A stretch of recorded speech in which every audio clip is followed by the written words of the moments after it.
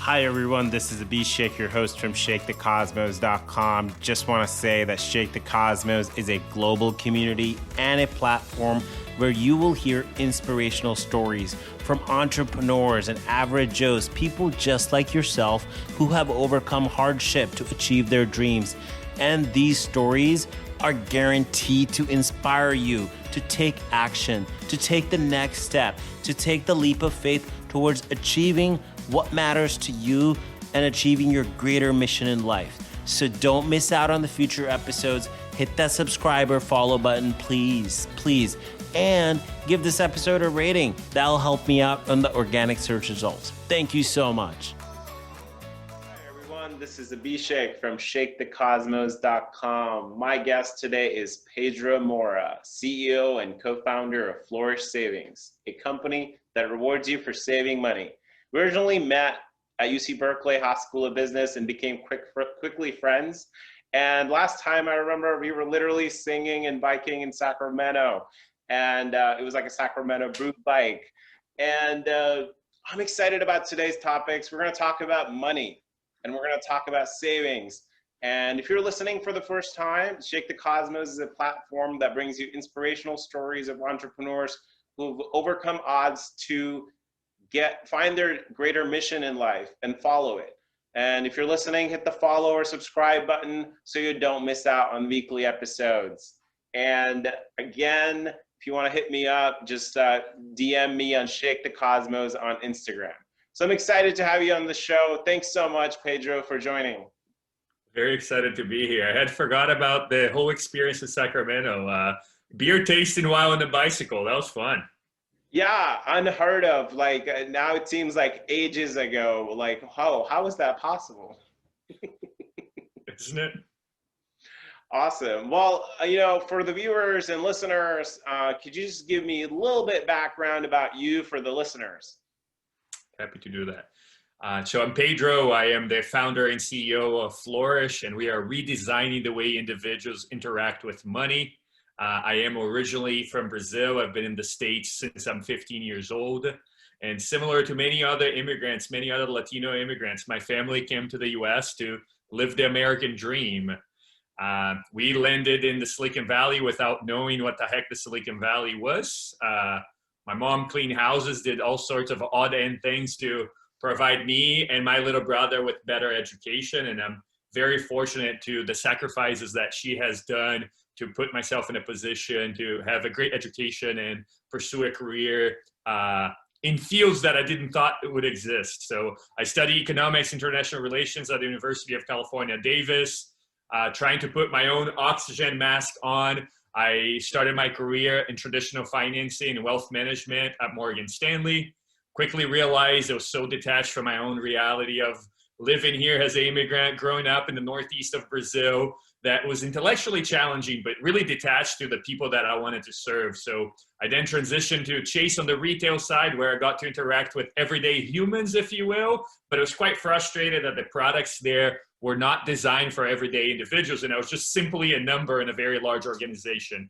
So I transitioned to then a startup that was doing small dollar loans to help the Latino community in the US establish credit in the US. And I was very fortunate to be in the right place at the right time. I joined Opportune, which is now listed on the NASDAQ as a publicly traded company at around Series C, Series D, where when I started, it was like 200 people. By the time I left for business school, it was 3,000 people. We used to do 4,000 loans a month, doing 40,000 loans a month. So it was an incredible experience as a young professional of a venture-backed organization with a strong mission that grew really quickly. That allowed me to have this amazing career. And then I went back to business school, Abhishek, where we met. And I had two hypotheses when I was in business school. One was this idea of creating financial service products for people that are starting out their financial journey, in addition to responsible credit. How can I help people better manage their money? And then the other part of the hypothesis is the more idealistic side, if you will, of how could I help back the places that I came from, where most of my family is at, and look back to emerging markets, specifically Latin America, specifically Brazil. So with those two theses, I started exploring. I met amazing people during my MBA, one of them being now my co-founder Jessica Eating. And from a innovation class, we never looked back. We raised a little bit of funds, started a product in the US as a savings account using game mechanics and behavioral science to help individuals save, and have since pivoted the business to now license our technology to financial institutions, retailers, and fintechs to better engage with their end users and help them build positive money habits. So that's a little bit about myself and a quick journey of how Flourish started. I love it. And I hear the evolution of Pedro, and I hear the evolution of the journey of the career and the startup world as well. You know, so thinking about your upbringing and how did that influence your ideas about money? And you know, I think about money in different ways. So you know, how did that work for you, and how do you define money? Yeah, money, like you cannot help but think money is present in everything you do in your life, right? But money in my family was always a means to do something. So it was a vehicle to do something. And to us, it meant my mom gave up in life as a entrepreneur, as a businesswoman there to start over and perhaps make more money doing something else. But she saw this as a vehicle to allow for me, my brother, to have a better future. The similar way I see money in my life, right? Like money as I started my career, it meant that I wanted to provide for my family and make sufficient amount of money. But then you get to a stage in your career, yes, money is never sufficient, and you can always make more. But to me, it's always about like, what is it that you're doing with it? What are you seeking to achieve? Because you can never be fully satisfied. So in my own life, what it led me to do a lot of the work that I do is that having some knowledge about money can unlock your dreams and goals. And fully avoiding that money is not good can also be really bad in your life. And it can cause a lot of stress in both ways. If you forget about it or if you're fully devoted on all about money, right? So that balance is hard to strike in anything in your life. But one of the things that led a lot of the decisions that I've made in my career has been, look, the system can be quite complex. Is there enough people thinking about providing responsible products to individuals that carry a journey similar to mine? And to me, that meant the immigrant community in the US that was learning about the financial system. Now it means at a broader scale of like, can I support banks and institutions in emerging markets, which is much different today, but can you have products that actually allow people to achieve their dreams and goals without being so complex? Yeah, I mean, I think it's interesting you say that the money is complex and the systems are complex. And do you feel like that's in some ways part of the struggle here? A little bit, you know, the dollar or the pesos or the yuan is so easy to look at, but maybe just not a full understanding of the complexity around it. Like in any sort of social issues, right? It's not as simple. It goes a lot deeper than the tool itself and the money, right? So we can get into philosophical really quickly, but I guess if you were to simplify, look, we live in a society that saving money means spending less. Like saving money means that you go to the store and you're now spending less. Anything that you do with one click, you can make purchases and your money goes away. People are trying to control your paycheck at the top with loans, all sorts of products. And we have put a lot of great brains in our society to get people to take on more loans. Why can't we have more brains or people designing products for people to build better lives versus just simply get into a debt trap? And that it can be philosophical because that's how the system works, but that is a type of issue that I wanted to tackle and at least put some of my own brain power to say, look, it's not all about getting the people in a trap. Can you have a more sustained and balanced life? And of course, you know you live within a system, so you can only affect pieces of it to make it change. But essentially, that's why both Jessica and I wanted to join this. Like, we believe access to responsible products is a basic need in the society that we live in, and people should be given certain tools to better manage their money. Yeah, I mean, and it's a real trap too. And you know, looking at some of the facts here, like I think from what I read, is the financial vulnerability in America is like a real problem. So with there's over 138 million people struggling financially, and less than half of the adults with less than $400 saved. So a simple visit to like the emergency room or a broken car transmission forces individuals to borrow money. So, you know, what have you found some trends as you've been like living? Yeah, sorry to say this, but can we double click on that? Because like to most people that don't register, $400 saved, like it's half of Americans do not have $400 saved in case of emergency. That means that Maria, that may clean your house, may not be able to get to work if her car breaks down without having to get a payday loan to get there. I'm glad we're double clicking on that. I think it's something easy to gloss over, really, to think about it. And also, I love that you humanize it as well. You know, it's a person you might know, literally, and like it might be somebody in your social circle.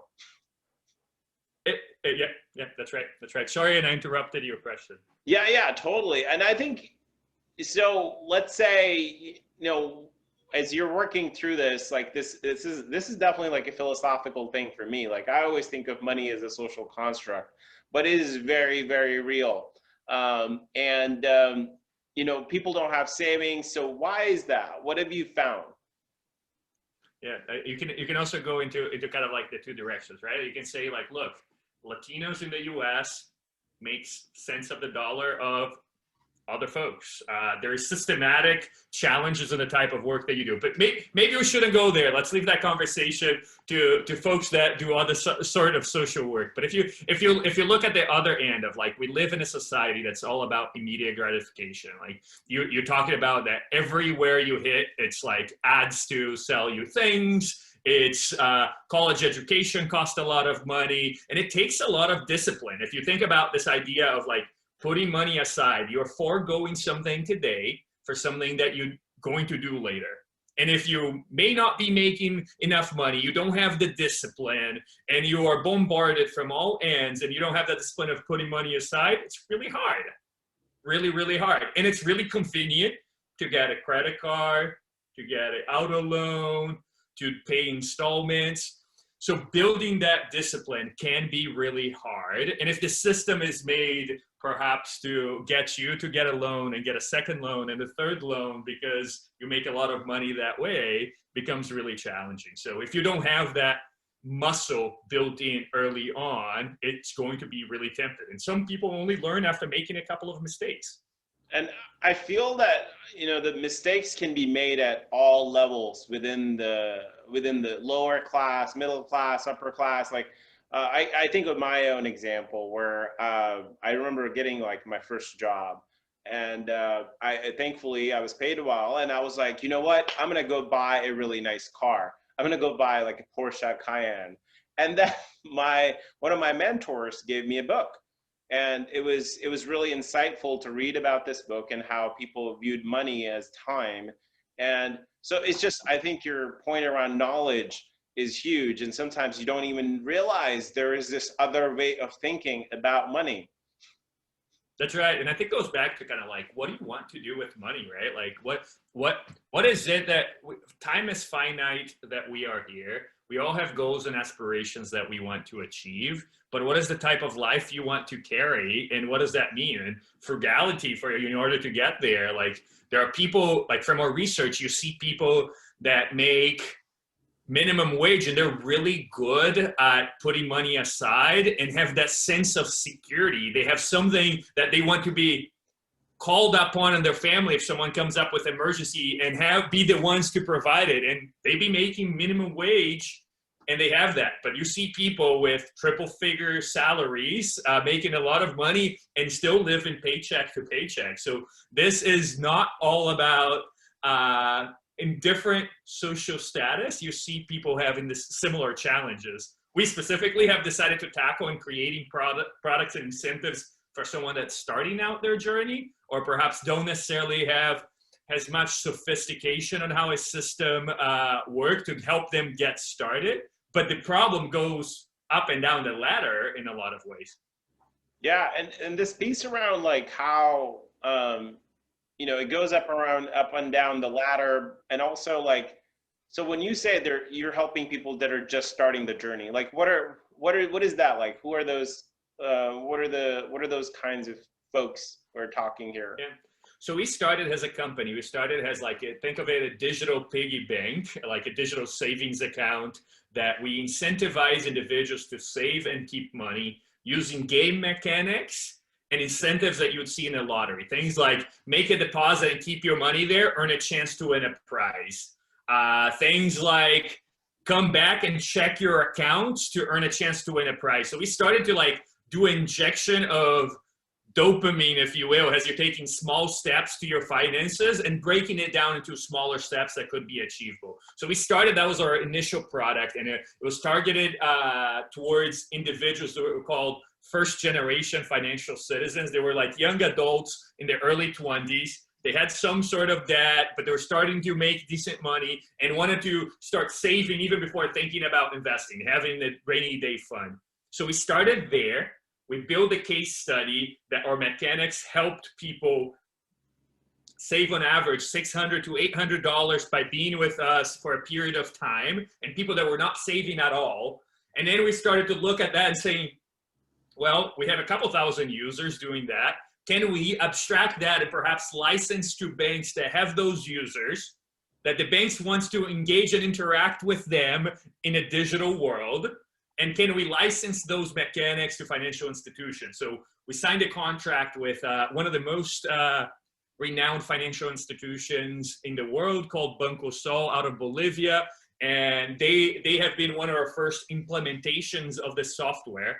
And it has a lot of similarities of this consumer that we tested in the US. Of course, different markets, different incomes, but it has a similarities of saying they make an income, they have some debt, but they are starting to build a little bit of a rainy day fund. So a lot of the consumers that we work with are individuals that are really starting out their journey. We may not talking about people here that have thousands and thousands that are looking for investment vehicles. We're talking about people that may have lived paycheck to paycheck and are starting to break out of that habit. As many of you know, I've been doing a lot more traveling lately. And while I've loved meeting new people, sharing experiences, and sharing stories, one thing I definitely don't like sharing is germs. That's why I always bring my Wind Plus with me wherever I go.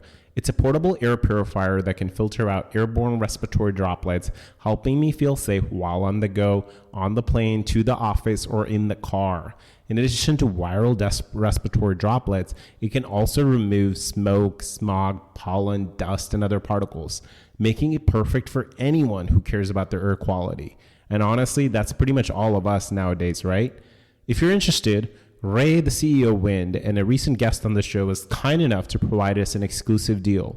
Simply use code COSMOS on their website to get $30 off any Wind device. That includes not only their portable air purifiers, but also their new Wind Max air purifier for the home and Wind Halo air quality sensor. So go to www.hellowind.com. That is HELLOWYND.com. That's Wind with a Y. Pick up a new air purifier and use code COSMOS to get $30 off. Now back to the show. And as you're going and that's so exciting that you're finding these trends globally. But are you also finding that it's different how people think about money and savings, as you know, some of your customers are now international? Yeah, we see a lot. I think I would talk in two different ways, right? Human behavior. Everybody wants to be recognized, wants to be rewarded. You break steps into small pieces, and that's human nature. But of course, there's the pieces of localization. So we've worked with institutions in the US, Brazil, and Bolivia now. And what we see is that in Latin America, we see that money is, especially in emerging markets, much different in the US, but money is a family, it's a group elements. You don't make decisions in a vacuum. The US, you see a lot of individuality, the reasons, the goals you have, some of the reasons why you want to put money away. Yes, family is involved, but it's sometimes a individual first, then family second. And a lot of the research that we've done in Latin America, it has these elements. It's so ingrained into family pieces. And what does that mean in terms of like, as you start to nudge individual to spend differently, or nudge individuals to start to put money in a way, and the elements around like, it's not only about you, it's beyond you, really resonate with individuals in Latin America. But then at the end of the day, people want to be rewarded, they want to be recognized. So we see a lot of similar elements of also like, how do you leverage data to then nudge individuals in a certain way and make recommendations, mixing both the gamification aspect, but also like the intelligence behind turning data into insights and recommendations. And then how is this relationship changing a little bit now with COVID, people's relationship with money, or what are you seeing in your industry at least? Yeah, COVID was a big reality check to a lot of us.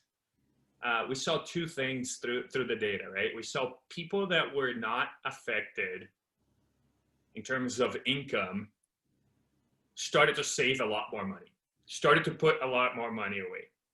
So you started to see like transactions that used to be $15 savings transaction ended up being 30, 45 when people were contributing, because that was reality. Before it was this abstract thing that was like, you may have emergency in the future, or this may, like, it's inevitable that it happened, but it happens shocks to you specifically. This was a shock that was global, and we started to see people that had money saved more. Like security meant a lot to a lot of people. And then of course there are the people that perhaps lost their jobs, and at that time it was not about saving or putting money away. It was about making their spending pattern last longer, right? So we also saw, and it's very unfortunate, and in places that we cannot help as much as an organization, of folks that lost their jobs and now they're in trouble, right? And our industry, what happened, and not to bore the listeners, but what has happened is during the downturn that happens every 10 years, you put a pandemic on top of that, is that lending gets shut down to a lot of people. Like the lenders or banks stopped lending during the pandemic because they don't know how the portfolio is going to react. So it was quite devastating to see some of the consumers that we have worked with or support that lost their job and then did not have responsible lending products available to them. So that's really when you see the power of like, oh man, the system that we live in, it needs intervention from government or some sort of check or reimbursement from the government. Yeah, it's I mean, it's definitely sad, and like the whole thing, of course. And I mean, and it's interesting to see what you're seeing in the data, like how people saving is impacted. Of course, the government's doing different things in different countries. And I've heard various opinions about that as well. Let me build a little bit more on like, so from that perspective, so that's the individual end user perhaps of our technology, right? But from banks, it has really been magnified some of the poor experiences we had digitally in the banking industry. So like, as you know, like COVID really like drastically done digital transformation in a lot of industries, but also from a business perspective to us was really positive from the perspective of like, look, banks could not do it by themselves. They started to license more of a technology, like the pipeline of a number of institutions, like specifically in Brazil, where you had population of nearly like 40% of people without bank accounts, give or take. And we saw about 20 million people that did not have accounts because of the government incentives ended up being digitized or being banked because of the checks that were given digitally. So you're also seeing this massive change on behavior.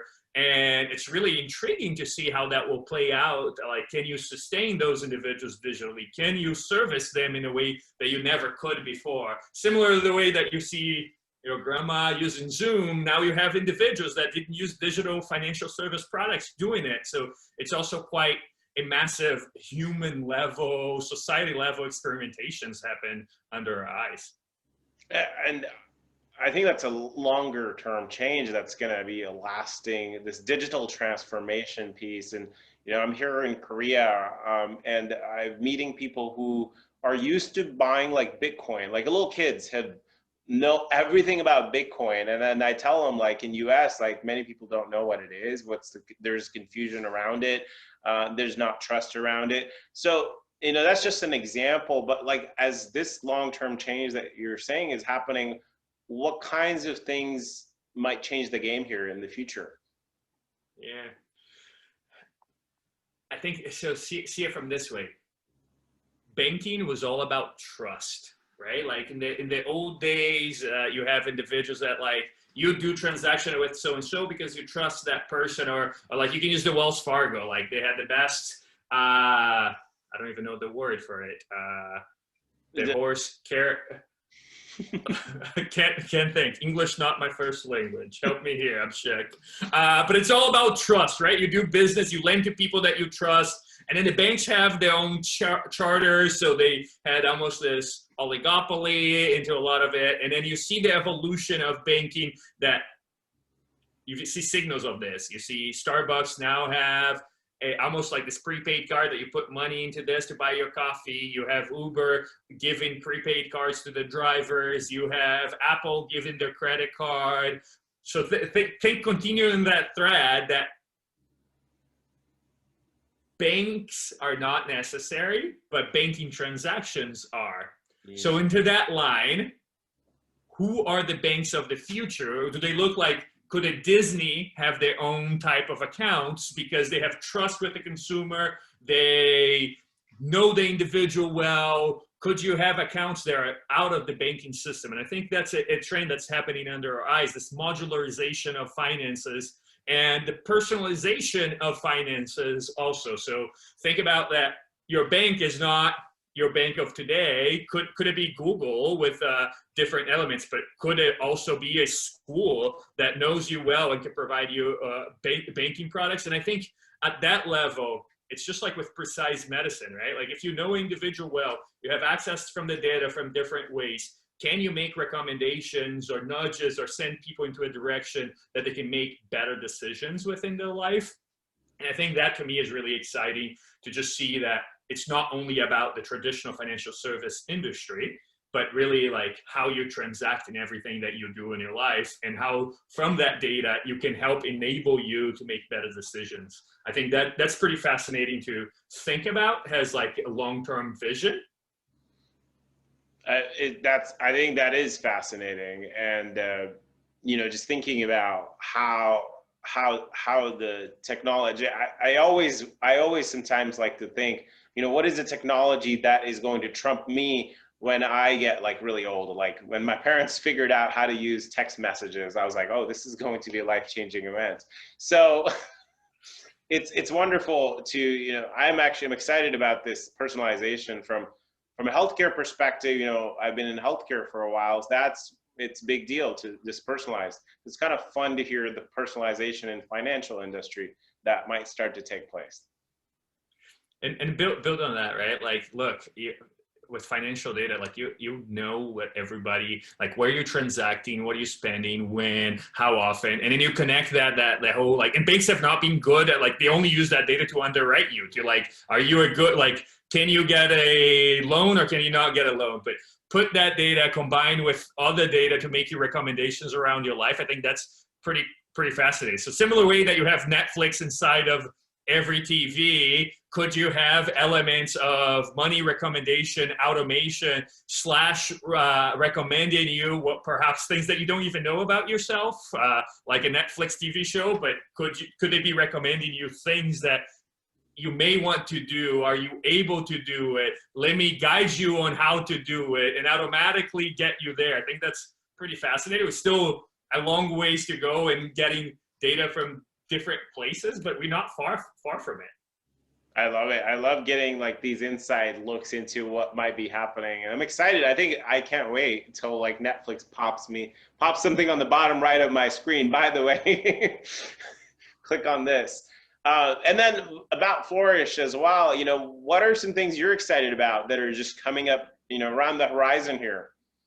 Yeah, we're a very early stage organization, right? Like we're 2.5 years old. We had previously raised funds from angels and had been part of accelerators. We're just now closing our first institutional round, where our team will go from being a team of 10 and super scrappy serving a couple of financial institutions to go to a team of 18, 20 people in the next year or so. So looking forward in terms of like doubling size as an organization and having a little bit more funds to fulfill on the mission and serving a larger number of people. So we're very excited to embark in this next phase of their organization of both growing from the number of people that work within the company, but also to the number of people we are serving at the end of the day with our product. We have fully pivoted to focus on B2B, on serving banks as our customer. So we're also very excited as an entrepreneur to learn more about enterprise sales and working with very large institutions that are often not known to be early adopter, but co-creating and having the power of distributing our products to millions of people. So quite excited for that. Yeah, more than anything, it's a new phase as an entrepreneur, right? You go from being a couple of founders with a few folks that believed on you to now having investors, to having a set of a couple dozen people that are there day to day with you and building the mission. So quite excited for that. You're just living and breathing in it, man. Appreciate this is amazing. And so let's say someone is listening right now and they're like kind of fired up about this money and saving stuff. Like, what kinds of things someone can do to just kickstart their savings? Just do it. Like as simple as that, right? Like anything, like just like working out. It's we're gonna start it at this day, or we're gonna do that. Like we all have perhaps a student loan that you need to call and renegotiate and refinance. So we all have something that's been in the back burner that we were supposed to do, but have not got around to do it. Yes, it can be intimidating at times, but it will pay off. So the best day to start is today, if not yesterday.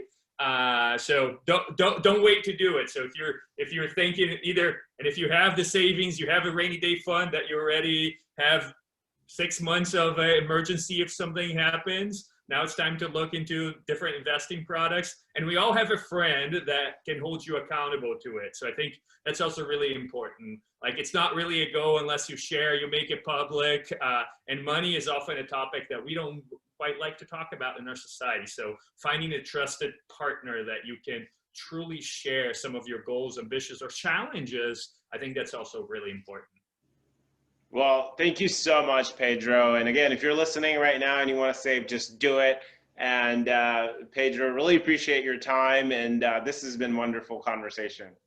It's been really fun. And I hear you won a entrepreneurship award. You haven't told us about that. Maybe next episode or? Oh yeah, that's a really good point. I have, and that's a great idea. I actually should talk about that in the next episode. I'm here in Korea receiving the benefits of the entrepreneurship award, and you talked about some of the accelerators, and I agree. I think these kinds of support systems can be like really nice when you're in this early stage, kind of nurturing. So I'm excited. Am I allowed to ask a question? What have you been working on? What's the concept about? Share us with us. Totally. So I mean, I used to have a 9-to-5 job, and I wasn't feeling as I wasn't feeling as fulfilled. So I decided to talk about just the things I was really good at. Really good at product management, really good at some of the sales techniques, really good at medical device-based healthcare. I just started talking about it. People started listening to it. And then my friends were like, why don't you do workshops around this?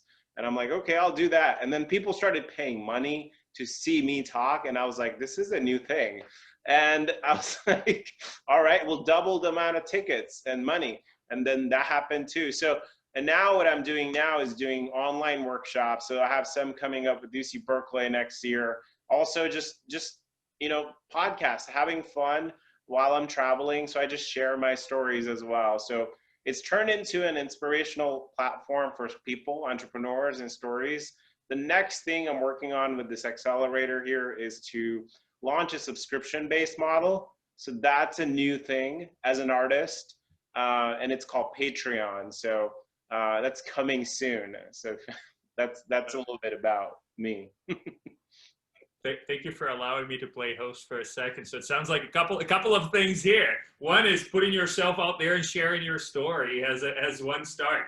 finding a problem that people really want to pay for it, which you have. And now the third piece is finding repeatable process to scale, right? So it's really cool, Abhishek, to hear a little bit of this, and I'm excited to hear more about the journey. Well, you're not the first one that ends up asking me about it. Usually it doesn't get recorded, but I'm excited. This will be fun to watch and listen to. Awesome. Well, thank you so much, Pedro. Likewise, thank you.